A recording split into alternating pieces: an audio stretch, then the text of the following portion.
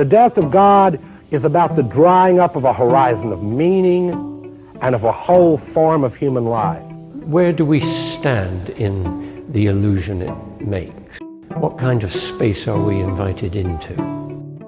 The material relations between people become social relations between things. When we look at toasters, corn, and TVs, we still, to a large extent, live in the interregnum between worlds, if you will, or between paradigms. Not many people in the history of the world have faced that. Zero Squared is the Zero Books podcast. Alex Hochuli lives in Sao Paulo, Brazil, and is a host of the Aufhebunga Bunga podcast, a podcast at the end of history. He is also the co-author of an upcoming book for Zero Books entitled The End of History.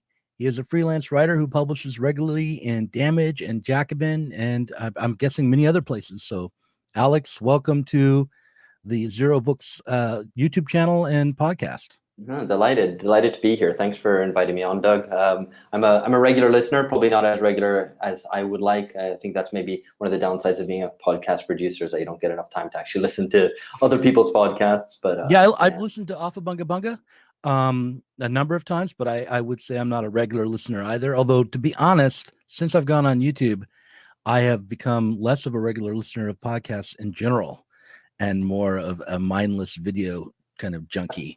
But tell me, what does Aufhebunga Bunga mean?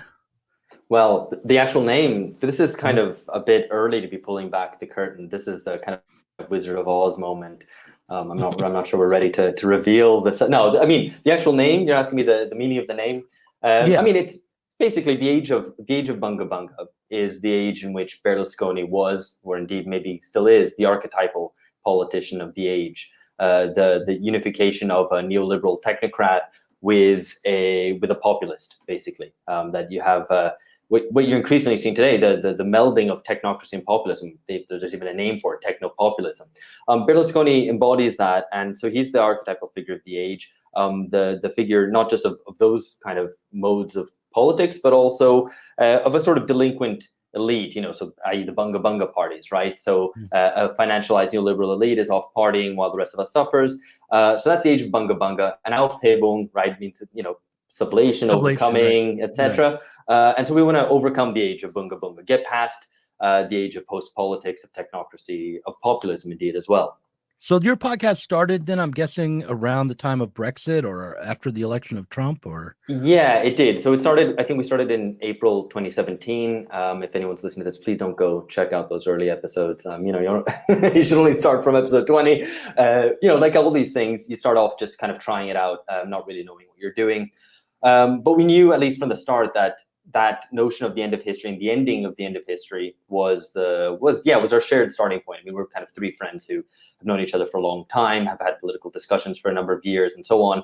I moved to Brazil. The other guys were in England, and we were discussing, various political issues, and thought actually maybe we should take an opportunity to actually record this stuff because, hey, politics seems to be coming back. And for people of our generation, kind of older millennials, I guess, growing up in the total sort of wasteland of the 2000s and being political people, but not having any politics to get involved in, felt so, so disheartening. And it felt like, man, are we ever going to have politics again? Are we even going to have kind of a turbulent world in which things start to move a little bit, start to kind of shake up some structures which are there, which provide an opportunity for political engagement?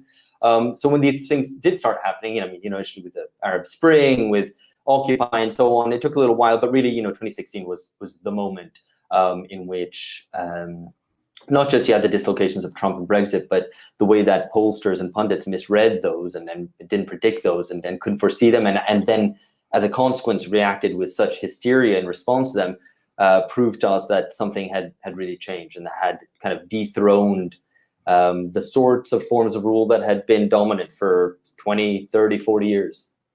Yeah, it's an interesting concept that you're describing here, and it was a very interesting moment when Trump was elected, and I had a lot of friends in the UK because of the imprints out of the UK, and people warned me, like Alfie Bown warned me that Trump was coming. because he had been surprised by the Brexit vote. But these days, I'm sort of looking back, like over the last couple of years, I've been looking back at the 20th century a bit more, and really also at the 19th century, and noticing that if by politics you mean a struggle for socialism, a struggle to overcome the foundation of this society, there's been a sense of an impasse since maybe the 1890s, certainly since the First World War.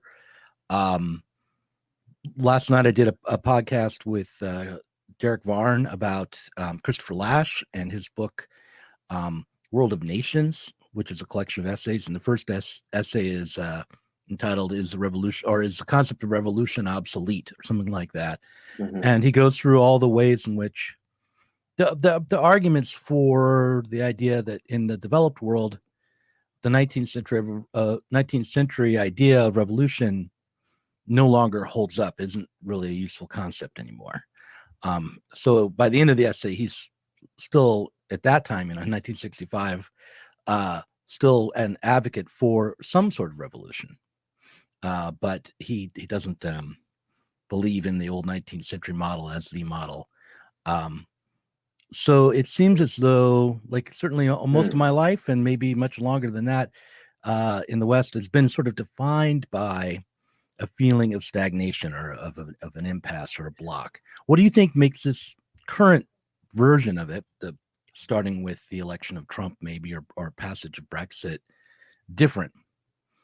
Yeah, so I mean, I think you can go through successive, obviously, defeats for the left over history, and you can look at various missed boats at several points in time. You can think of the 1920s as the last chance. You could think of the 1960s, and indeed, there's the effect of past defeats conditions the possibilities of the present, or the future moments.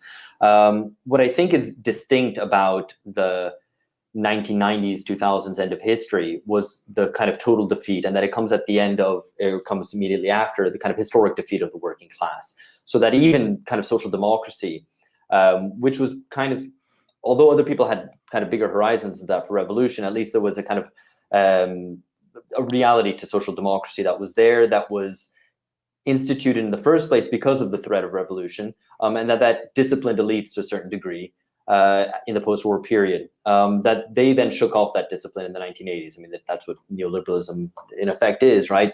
But the total defeat of the working class globally, and not just, of course, the impact of the Soviet Union's demise is a major factor in that, in providing, in creating basically a sense that there's no outside capitalism anymore, is so resounding that, you really did perhaps believe that there was going to be no possibility for, not just for socialism, but even if you were to give up those old ghosts and think, well, let's just be open-minded and let a thousand flowers bloom. Any kind of new political initiative is something that we should be, if not seized upon, at least countenanced as a possibility of breaking through from the kind of capitalist realism, or from the eternal present that we're in.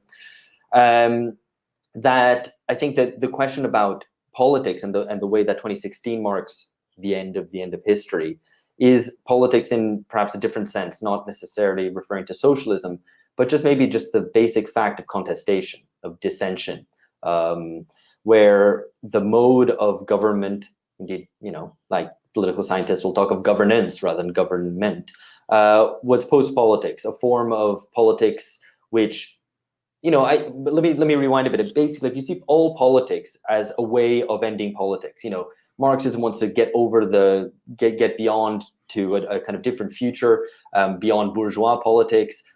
Fascists want to smash all politics, want to smash the internal enemy and the external enemy. Liberals want to diminish contestation, diminish the amount of conflict there's in society by finding some harmonious way to channel conflict into parliament, for example, right, which is a way of diminishing conflict and a way of diminishing politics. So kind of all politics is a way of kind of trying to contain or explode or diminish, politics itself. Post-politics is a way of kind of foreclosing politics entirely. I mean, I think, this is something that Zizek argues, has argued for a long time. And so that's a kind of total defeat for politics. And so even the basic re-entry into politics of contestation against the consensus politics that dominated the 90s and 2000s marks a real break and is important and is an important first step, at least for kind of wedging open the door so that we might have politics, whether you see those politics developing into socialism or socialist politics or not. I think still the basic fact of contestation is something quite important. And we forget it because I know we've become used to it. We've become used to all the rancor of contemporary politics and all the shouting. But at least the fact that we're shouting is a good thing, maybe. Well, it's interesting. You started your podcast right after 2016, the election of Trump. I started podcasting in 2009, right after the economic crisis of 2008. And it was definitely motivated by that crisis. And for me at that moment, I felt as though I had to re-examine what at that time were my kind of sort of anti-politics, the anti-politics of anarchism. Yeah. I was a sort of an ad-busting, subscribing Pacific Northwest aging hippie, and I, with the pretensions towards literary importance or strivings in that direction, and I realized, okay, no, this is something I don't understand.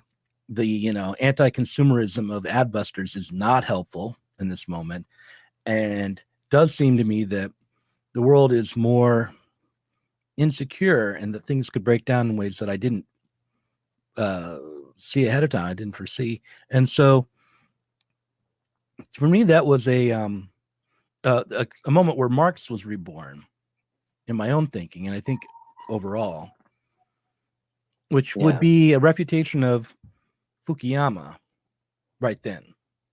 Yeah. Because that liberal modernity was, hold on.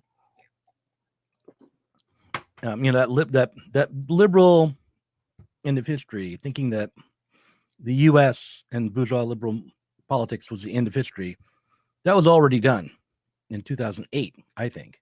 Yeah.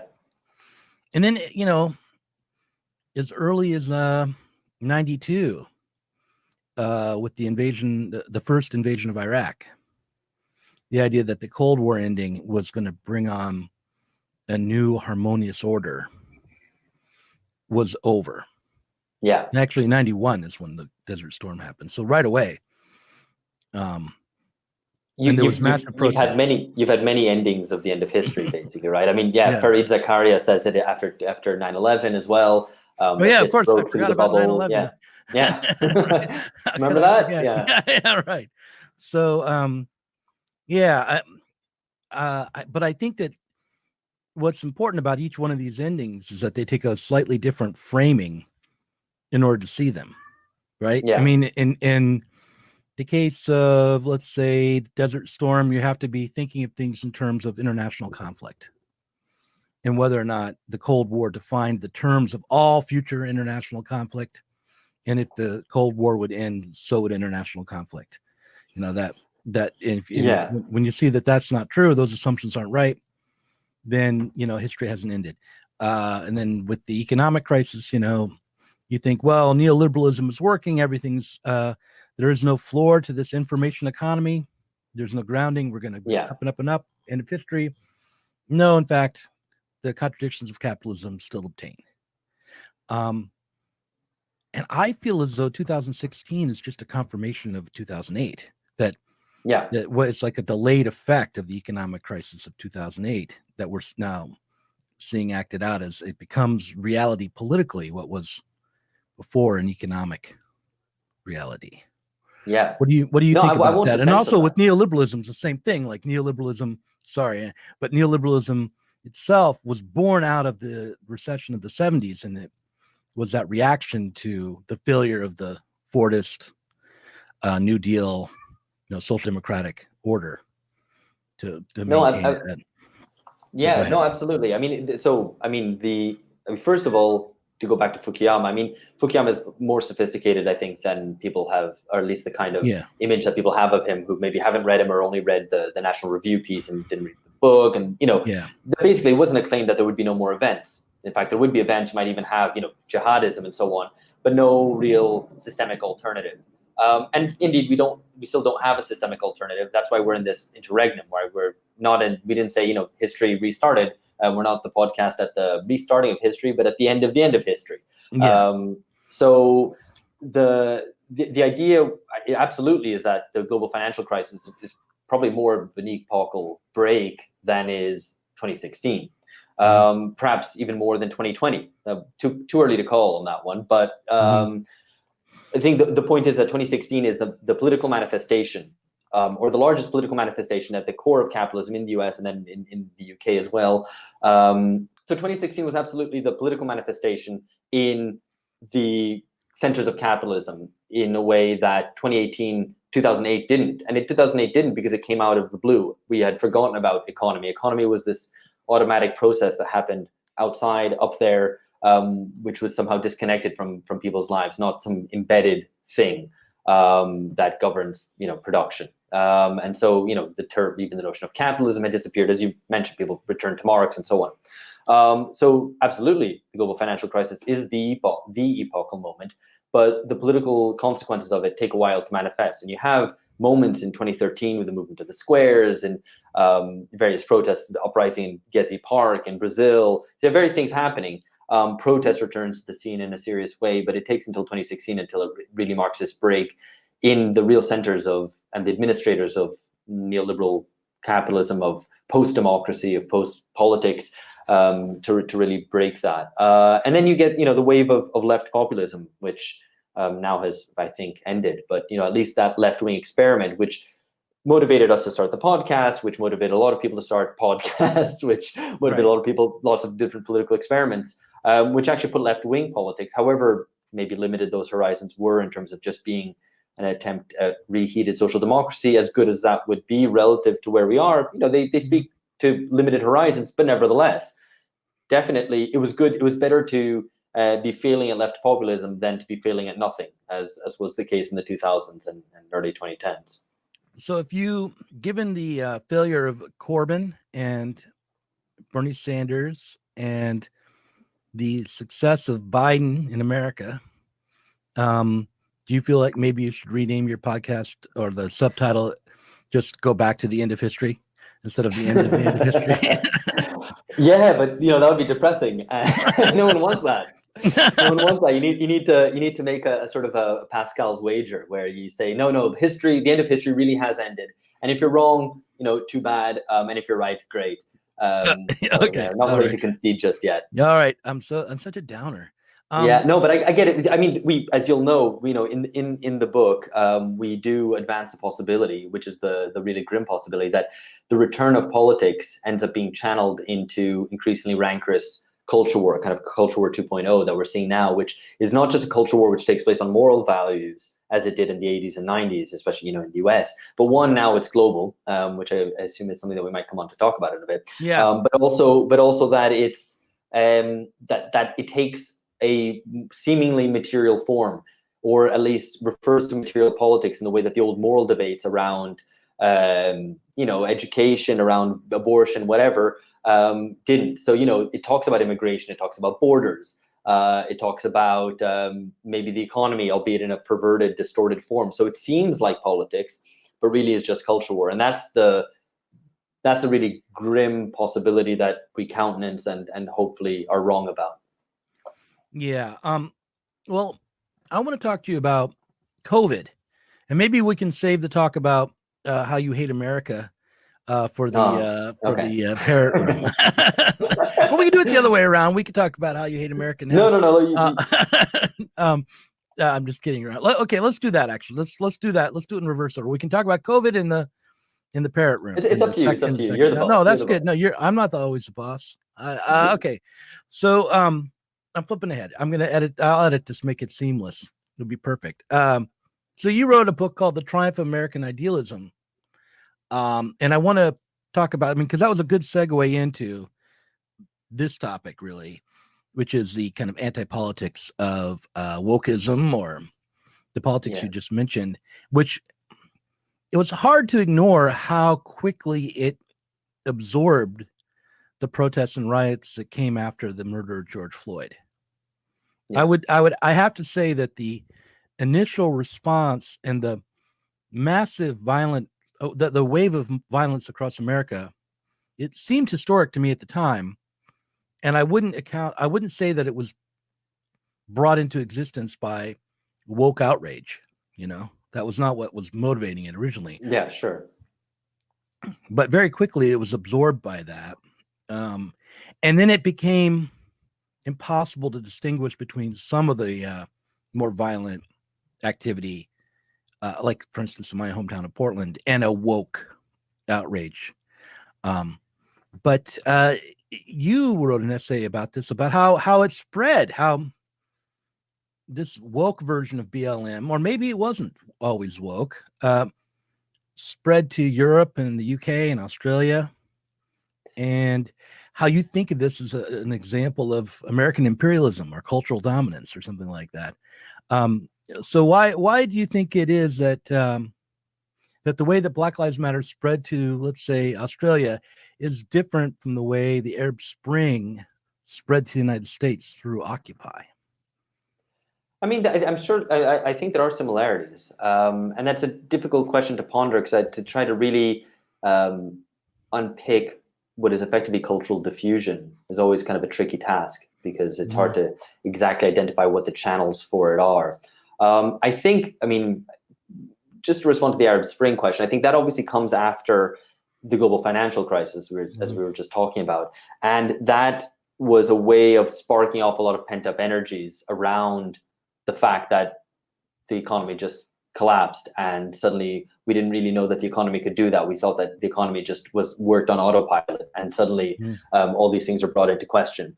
And so that at least sparked Occupy, of course, completely different thing. But Occupy was focused on on financialization in the US, on inequality, on very determinate specific issues, universal ones, of course, but ones that really related to what had just happened. It wasn't, trying to say that, take the example that, the military dictatorship, the military bourgeoisie is running America, which would be an importation of what they were saying in Egypt to, that wouldn't make any sense. Right. But actually, that's what BLM did. BLM went, this is the same thing as for us. Yeah, we're doing the same thing. So I want to go back just firstly to timing, because timing is fascinating, right? It emerges in the midst of lockdowns, or just as the lockdowns were ending, it's kind of the beginnings of summer in Europe. And my initial reaction was, people aren't going to like this very much. I mean, why you guys, basically the same kind of demographic who were the strongest advocates of lockdown, the strongest advocates of mask wearing and so on, who took an active role in policing adherence to lockdowns and other measures, were the first ones to break it and say, well, it's okay. Actually, now it's allowed. So I'm in favor of, protest. I'm not going to say that people shouldn't protest, really, even in the midst of an epidemic. I think if there's serious protest, that you've got to side with the civil liberties question there, rather than the health side, to the extent that that's a conflict. But the hypocrisy kind of stood out, and I thought, well, that feels kind of wrong. I think that feels like, well, what's good for the goose is, or rather, what's good for the gander is not good for the goose. The goose gets to go out and protest, but the gander don't. So that's the first thing that stood out. And obviously there's an element of, again, pent up frustration with the lockdown and wanting to be out in public and do things. And, we all felt that. We all felt depressed and wound up and everything about the being stuck at home, whether you were in a country which had a formal lockdown or not. But the thing which was really striking was the way that people fantasized their participation in this American drama. That it was the same slogans, the same terms, the same representation of what was at stake and what were the inequalities or oppressions to be battled, as if what the US is just a version of Europe. And what's striking about that is that, again, if we're making contrasts with the 2000s and kind of the end of history period, right? So here's another one. Anti-Americanism was a big deal then. I think everybody will remember, certainly in Europe, I think it was a big deal, the discussions about anti-Americanism, certainly after the Iraq War. and the protests against it, but it wasn't just limited to that. It was a genuine anti-Americanism, which essentialized America not just for what it did, but for what it is, and took in commercialism, crassness. Do you remember the Americans on social media holding up little signs that said, "I'm sorry, world," or "We apologize for Bush"? Exactly. American backpackers in Europe putting Canadian flags on their backpacks so that they wouldn't be. That's been the case forever. That's always been the case. They always do that when you go to Europe. I was in my 20s. That struck me. Right. Yeah. Go on. So, there was a strong anti-Americanism, and then it seems like what's happening with the global BLM, as I called it, was sort of anti-Americanism because it opposed mainstream American racism and policing by adopting the subversive side in the US, while at the same time being so bought into the American drama, so imagining oneself as participating in the same global internet sphere that it seemed completely Americanized at the same time. And that was striking. And then you think, okay, well, hang on, let's look back at this historically. What has been the case previously? And actually, there's always been a strange dialectic of Americanism, Americanization, and anti-Americanism. They've always coexisted, and it's a kind of contradictory kind of phenomenon. So, you have in post-war Europe, you have European radicals, European leftists listening to jazz as a subversive American form, adopting Black American subversive music, while at the same time as they wear jeans and drink Coca-Cola, right? So you have Americanization at the same time as you have anti-Americanism. That could even be described as counter-Americanism or counter-Americanization, adopting certain American symbols to kind of oppose America. But, even then, that adoption of kind of American concerns, or maybe, kind of American cultural modes or whatever, were always directed towards national questions, or maybe international questions, maybe opposition to the Vietnam War or whatever, or support for national liberation, but they were for determinate national struggles. What happens in the 2000s by then is that you get a kind of anti-Americanism, which is, and let me, I probably was guilty of this. No, not probably. I was definitely guilty of this as a teenager and as in my early 20s in growing up in Europe. That it was like, you just a wholesale rejection of everything that is American in an essential sense, not just American foreign policy or certain American actions.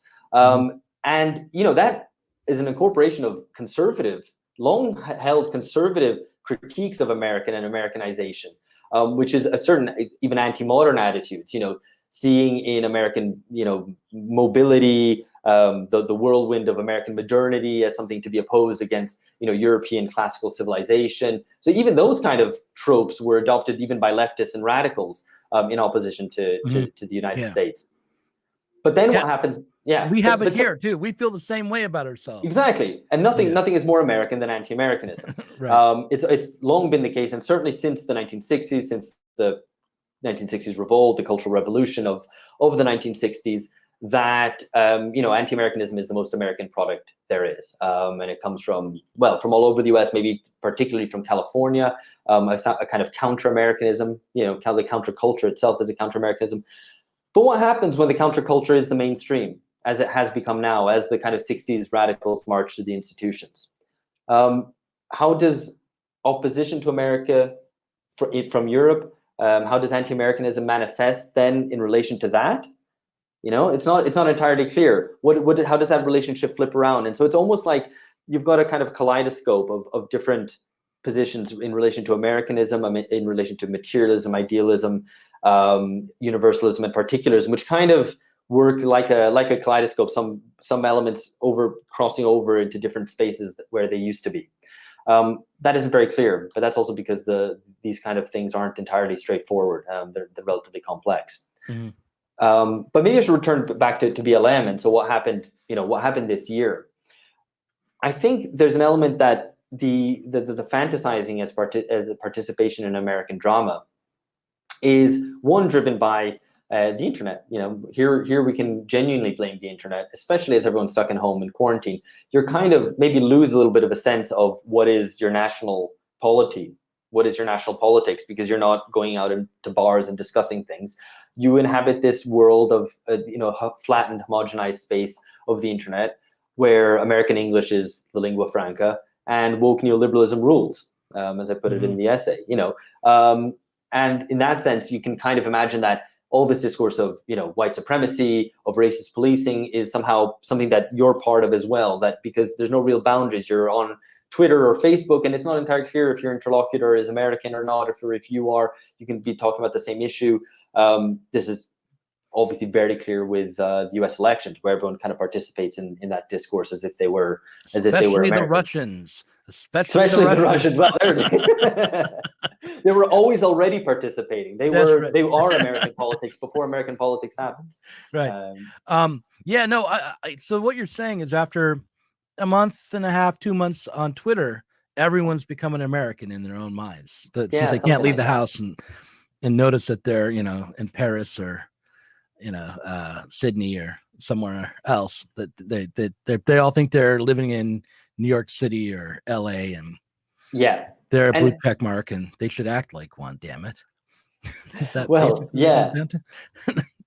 I mean, there's a lot. There is that, I think, but I think there's something deeper, and it relates to like American soft power, and that American soft power, you could say, is at its lowest ebb. I mean, people don't want to be American anymore. I think part of what was interesting maybe in the 2000s was that anti-Americanism, the higher up you went in the education scale in Europe, the stronger anti-American feeling there was. Especially cultural elites were more anti-American. Other than maybe certain sections of, certain kind of political trend, maybe the center-right would be more pro-American because they felt that, the U.S. neoliberalism was better than the European social state and so on.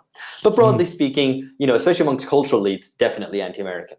Whereas most working class Europeans, are consuming McDonald's, going to big box retailers outside of towns, behaving, consuming in an American mode or desiring to, listening to American music and so on. When do you think that really started? That most Europeans were going to big box stores, just out of curiosity.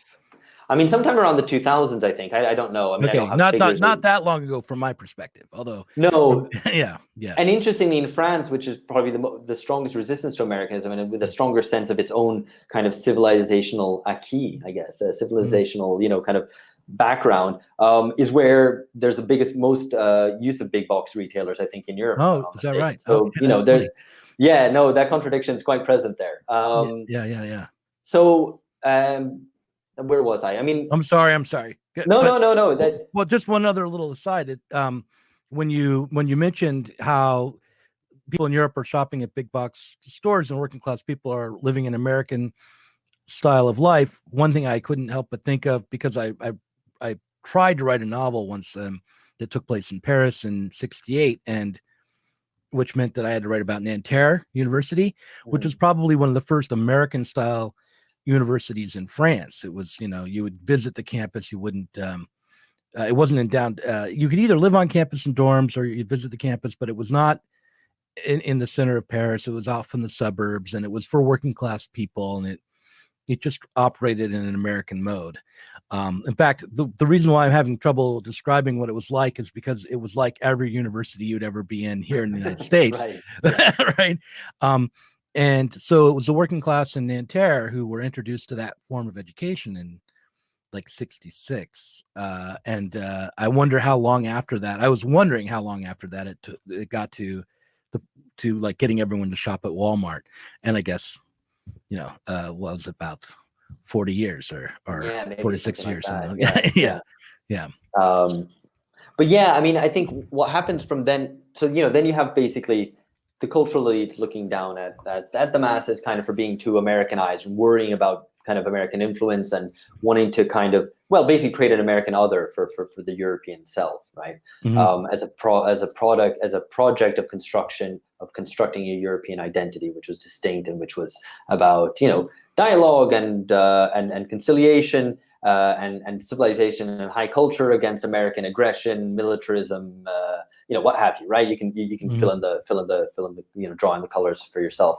But what happened then, I think, and what's interesting is that what you see now, cultural elites, and not just cultural elites, but people with high cultural capital, maybe who've been to university, probably to a large extent, a lot of those people, the young people who are on the global BLM demonstrations in Copenhagen or London or Manchester or wherever, are probably don't have that same anti-Americanism anymore, because I think they've been fully subsumed into Americanism, and the internet has played a large role in this, of course.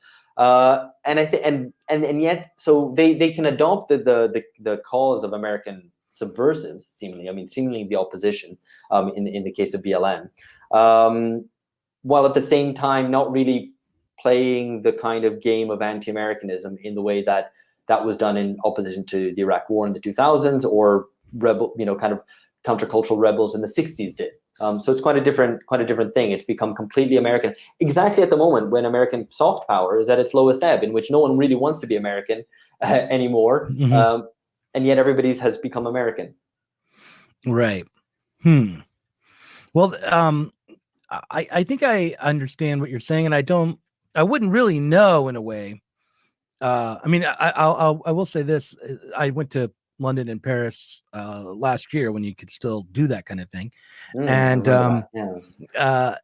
I met people who watch the YouTube channel or listen to the podcast in Paris. I was very impressed that there were French people who wanted to talk to me because they had seen me on the internet. But yeah, and so I guess in that sense, the internet has sort of Americanized, because they would come up to me and speak to me in English, and I'm in Paris, and then I'm walking through Paris as somebody who doesn't speak any French, and not only can I get by, but people will come up to me and talk to me in English. So I suppose there is a certain kind of power that comes from the internet that is an American sort of power. But at the same time, I tend to think that again, that what was really happening was that something was wanting to be given expression to globally, because we had a global pandemic and a global crisis that was similar to the one in 2008, because it had that economic component. And this is what came along that had moral force that could give people the permission to rebel. And so it happened to be American, but it could have been from the Middle East, like it could have been like from Tunisia, as it had been a decade earlier. I think, but perhaps not, though, because I mean, I think so. This is the thing, because we have to look at the content of the thing as well, right? So we've been talking about kind of the form and kind of transmission, and ultimately you say, well, so what? So the world's becoming more American. Maybe the construction of a global civilization is a good thing, right? Yeah, I do have that in the back of my mind. It's like, what's wrong with everyone being American? I like it. Yeah, no, I mean, well, so the problem is which America, which Americanization, and the Americanization in particular here is woke neoliberalism, I think, for lack of a better way to put it. And the kind of wokeness, I mean, maybe we should find better ways of describing this, but I mean, the whole, assemblage of identity politics, essentialism, particularism, kind of postmodern hypermediatized forms of communication, and hysteria, and kind of all the kind of cancel culture, shouting down, etc. So that whole cultural assemblage is what is being transmitted here. And of course, it's not just a question of transmission, because obviously there's material reasons why that sort of thing takes hold in Sweden, which is a very different society to the United States, with different traditions. Although they're having their own neoliberal troubles in Sweden. Sure. Yeah. Yeah. No, absolutely. Absolutely. So there obviously are universals, but again, they're societies with different structures, different histories, different historical memories, and so on. So it's not just something that would be implanted. But yet there's obviously a new cohort, probably. So they're mainly younger people, probably under 40. It's probably university educated, who have seized on these ideas in the same way that they have been in the United States. And that's the kind of Americanization that's happening here. And I think the problem with it is not that simply, well, there's this diffusion and people are in their own minds living in the same global civilization, because that sounds great, right? Like all of humanity united, brilliant, right? Around a Big Mac, admittedly, but still around a Big Mac, but yeah, it's tasty. It's not the worst thing ever. Exactly. Yeah. Right. Yeah. So but the problem is precisely that those ideas are essentializing in sort of the identity politics component of it, and flattening and homogenizing, because they're so anti-historical. They're post-historical. It's they're ideas of the end of history, really, where those ideas about, for example, about racism doesn't dialogue with the history and structures of racism, the uses to which racial ideology has been put and for what reason, what are the functions of those ideas, how do they come to be manifest today, whether the ruling ideology is racism or something else. It's precisely flattens everything into this essentialized trans-historical notion that you have, for example, white people have always oppressed black people because of the essence of the way white people are, in some readings. And that's just to take the racial reading, because there's other ones in terms of gender or whatever. And it's that's what's problematic about it. So it's not just simply homogenization, but it's a kind of transmission of an idea which itself is homogenizing, which itself flattens all cultural distinctions and national histories and whatever in particularity. So you're not able to have any determinate politics which engages with concrete realities, in the effort to change them. It enlists people in a sort of hashtag activism, which is completely disconnected, deracinated, and kind of disembodied in a strange way, as well, as if you can just, cookie cutter kind of apply the Black Lives Matter slogan to, whatever, Latvia, I think they had some, or Lithuania, whatever, where they had some protests there, and where, white privilege doesn't make any sense in that country. I mean, not to say that there isn't racism, but I mean, what does that even, I don't believe in the concept of white privilege. I think it's problematic even in the US, but even if you accept it there, it certainly doesn't make sense in a majority white country, which doesn't have the history of slavery and race. I mean, it's a nonsense. Yeah. After the election of Biden, and after looking at the exit polls particularly, I have come to the decision that wokeness no longer has any claim to speak about racial problems.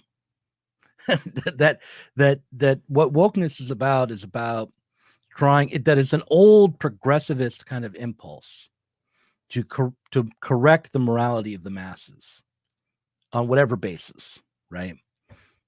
But instead of so instead of thinking about this in terms of identity politics, I think of it in terms of the upper class trying to give the rest of us a moral education, on whatever kind of basis, and it's all about changing the attitudes of individuals and setting a line of setting up a moral code. And what we found out was that is more appealing to white people in America than it is to ethnic minorities, and certainly middle-class suburban people like that a lot more. I think something like Black Lives Matter straddles a line between real material problems and interests of real people who are struggling and this woke moral code kind of progressivist agenda. But that's always sort of been the case with progressivism, is that it takes up real material problems and then gives it a technocratic, top-down, blame the victim kind of solution. So I guess what I'm wondering is, do you think that the triumph of wokeness is really the triumph of a neoliberal version of progressivism over this social democratic, more material-based, more class-based approach to politics? Is the social democratic movement dying here? And was the contested ground Black Lives Matter? Well, I mean, it's first of all, it's not by accident that this happened, not just in the US, but globally, after the defeat of left populism, right? Both, Spain, probably the best case scenario, and there it entered into government with a neoliberal former Social Democrat Party, right? And that's the best case scenario. Elsewhere, Corbyn defeated at the end of 2009. Bernie defeated in what was it, March 2020. So all these experiments, Syriza already basically just become the kind of new holders of the capitalist can, having to implement, the worst austerity. So is it by accident that this happens right after? I don't know. I mean, it's certainly a curious coincidence. I sound like a conspiracy theorist. Like, I don't think it was anyone's conscious conspiracy, but no, maybe of course not. No, yeah, a consequence of somehow. Yeah. Yeah. And so that's where political energies went. And I mean, I like your comparison to progressivism and that tendency within progressivism. But I guess the answer to what is historically specific, because I do think there's something historically specific to what's going on now, is precisely that past progressivism had something to keep it in check, and it had the working class and the organized working class to keep it in check, where the material interests of the working class were put on the table, were put in front of everyone. And so the question of wages, of employment, were there, and you couldn't be completely skirted or ignored, or, in fact, turned into a politics which is anti-employment, in which, the main mode of politics is get people fired from their jobs for saying the wrong thing, Yeah. So, you had that. And so that kind of disciplined progressivism, or kept it somewhat in check. And the other thing, I guess, the other side of it is that, the kind of PMC discussion, as it's now known, right? The growth of the professional managerial class, the expansion of higher education, such that you have a big social base for this kind of progressivist politics, which has not so much a material politics, but a moral mission. And that's what it sees as kind of enlightening the masses. And of course, it can't just enlighten the masses in the way that it maybe used to, by kind of softly trying to persuade people and say, well, you shouldn't be racist, but actually just feels itself entitled to condemn people because the working class doesn't talk back anymore, because it doesn't have the organizations to do that, other than through maybe populism, Yeah. I want to ask you about populism for a second, because recently I've been helping my 16-year-old with his homework. We're all locked down, so we're doing remote learning. So I'm getting more of an opportunity to participate in his daily homework, which amounts to me saying, click on that link. Now look at what you're supposed to do. And so, and he's learning about populism. Mm-hmm. And probably for historical reasons, they're teaching it more now than they probably did when I was 16. Oh, that's good. Yeah. And the populist movement is interesting. Of course, it was dissolved into the Democratic Party with a guy named Jennings, the Democratic candidate who took up the struggle for the silver currency against the gold standard. Good evening and welcome to the third installment of C-SPAN's The Contender series. Tonight, we look at the life, legacy, and times of William Jennings Bryan. So here's a portion of the speech that he delivered at the Democratic National Convention back in 1896. It's commonly referred to as the Cross of Gold speech, which led directly to his first run for the White House at the age of 36. We do not come as aggressors. Our war is not a war of conquest. We are fighting in defense of our homes, our families, and posterity. We have petitioned, and our petitions have been scorned. We have entreated, and our entreaties have been disregarded. We have begged, and they have mocked when our calamity came. We beg no longer. We entreat no more. We petition no more. We defy them. We go forth confident that we shall win. The Democratic candidate who took up the struggle for the silver currency against the gold standard as the only issue that he could really take from the populists and try to bring into the major mainstream political discourse at the time. So populism was something that arose in America alongside of the Socialist Party of America. There was a struggle for socialism and a struggle for the populist movement. They were not at odds with each other, but they had different perspectives. Socialism had Marx and, a real critique of capitalism more than the populists did. But then when the populists got smashed, or they kind of liquidated themselves into the Democratic Party, then that was, according to Wikipedia, the beginning of the progressive era.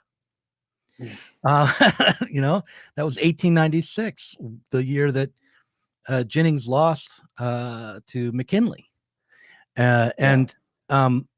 So it seems like the dominance of progressives, these technocratic elites with their moral certitude and elitist fixes for social ills, is something that arises out of left failure. But of course, that's an easy thing for me to say, because I think everything arises out of left failure. Right. Yeah. I mean, it tends to be a bit of a crutch, but but it's often right, unfortunately. Right. The other thing to realize is that populism is as much of, I think, it's as much of an American export as wokeism is, right? Yeah. I mean, at least historically, the populist movement Yeah. came out of the rural American moment. Yeah, I mean, I just think that there's something, we all say populism and we hope we understand what we mean by it. And we hope we understand each other when we say populism. Yeah. But obviously we mean different things, not least because when elites use it, they mean something very specific. They mean that which they don't like, that anything which appeals to the people and challenges their authority is there by populism. And therefore, all sorts of things get bundled up together. It's a new horseshoe theory, right? Right. Where left and right are the same.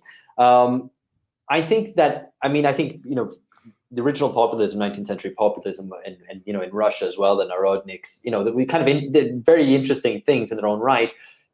Populism today is a different beast, and I think to the extent that one can pin down what it is, it's best defined negatively. It's the shadow of post-politics or post-democracy or technocracy.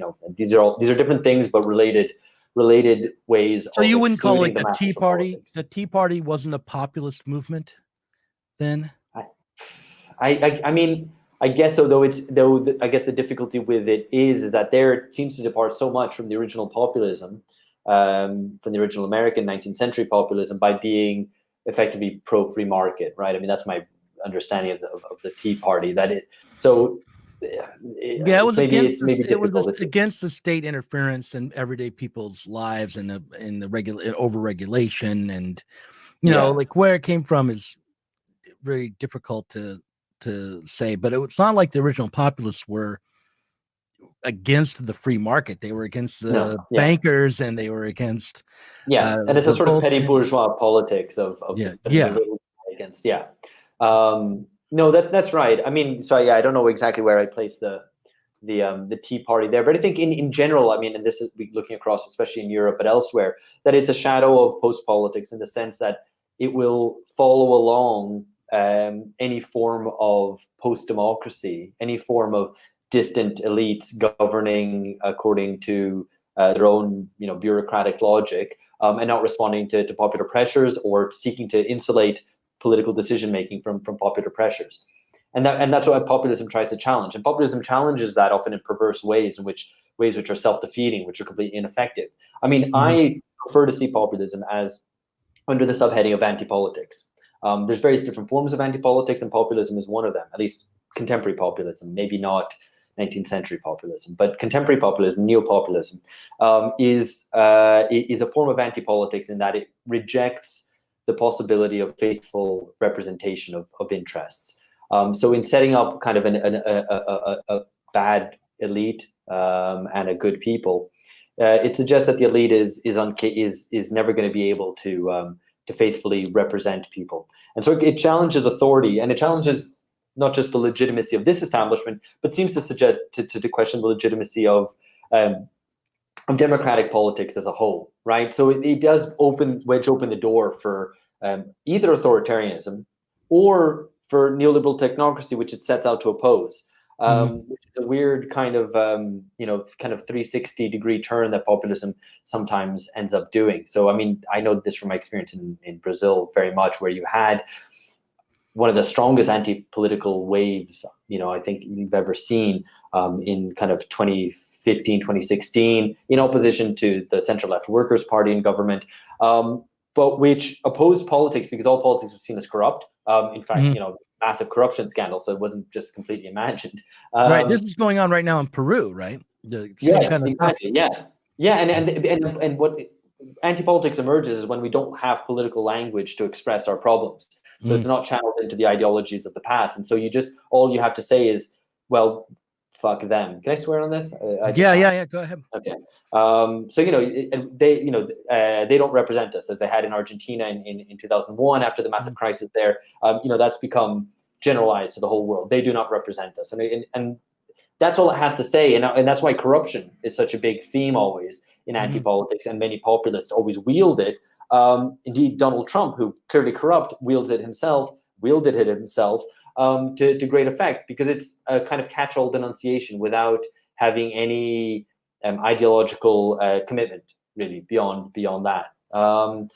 And so that's what unites populism for me. It's and why it's so dangerous, because why it's so important and somehow essential, but at the same time completely self-defeating, because it calls bullshit on political elites by saying, they don't represent us, and de facto they do not represent us.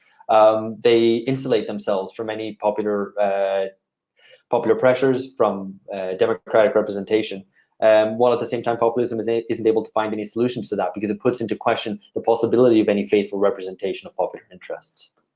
I'm going to ask you one more question on this stream, but we've gone for almost an hour, and I feel like we could take a break. Although you just took one, but I think it'd be a good time to take a break in this moment. Absolutely. But I recently did an interview right after the election. I did an interview with a guy who follows me on Facebook. He found Zero Books through whatever means, but he's a Trump supporter. He's kind of a libertarian. He calls himself a postmodern. He's an inventor. He has invented some kind of windmill. And I interviewed him after the election because I thought, hey, I'll get this Trump supporter on and see what he's thinking. And I would say that the primary thing that he believes is that Washington is filled with corrupt elites. How corrupt, is questionable, but he doesn't shy away from QAnon. And that the only way society will get better is if the government gets less and less involved. That's that old neoliberal, Ronald Reagan style politics. So at the end of our interview, he was saying that QAnon put forward the idea that Trump was a way to have a moderate coup. But instead of doing a military takeover of the country, which was necessary because of the corruption of the elites, instead they came up with this approach to get Trump in office, and that was his job. But this was not said directly, but in the background. But because of voter corruption, voter fraud, and the corruption of the electoral process, and basically the defeat of Trump, well, maybe those old cards are now back on the table. I think that's what's going on in the fantasy life of some Trump supporters right now. And it does strike me as, would you say that that's an anti-political kind of fantasy, kind of the quintessential political fantasy? Yeah, I think so. And again, with a rational kernel there, of course, we can identify it, right? It's just that socialist politics isn't giving that, not that necessarily this guy, maybe he wouldn't be amenable to, kind of some good socialist politics. I don't know. But the point is that apperception, that popular apperception that, they are corrupt, that they don't represent us, is not given any kind of language with which to express itself, right? And after Jeffrey Epstein, it's very hard to argue that everything in QAnon is crazy. And right, yeah. But there is a rational kernel there, but it takes this very strange form where we're going to protect our democracy, we're going to protect our American way of life, we're going to protect our freedom by siding with a military coup. It's like that just strikes me as way out there. And I like to say that politics is politics is back, but it's weird now, right? I don't know. Was it always this weird? I'm not old enough, and I don't have enough historical memory, to really know. But it seems like politics is particularly disorganized and therefore so weird today in a way that it hasn't been since the end of the Second World War. I mean, maybe prior to that, because I think that the kind of degree of kind of regulation and social integration you got after the Second World War made things quite neat and organized. And of course, many people felt too tidy and too organized. But it meant that a lot of the weirdness was kind of pushed to the margins. And now, because politics is back in some way, you get this weirdness which fills the void of where kind of ideological politics would normally be. Listen, we'll end it here this time. Thanks for watching this Zero Books video. If you enjoyed it, subscribe to this channel and click on the notifications bell so that you'll be alerted whenever we release a new video. You should also consider supporting us on Patreon. Our patrons get access to our Inside Zero Books podcast every week and can get access to the Zero Books Book Club and help us to continue making online content from the left.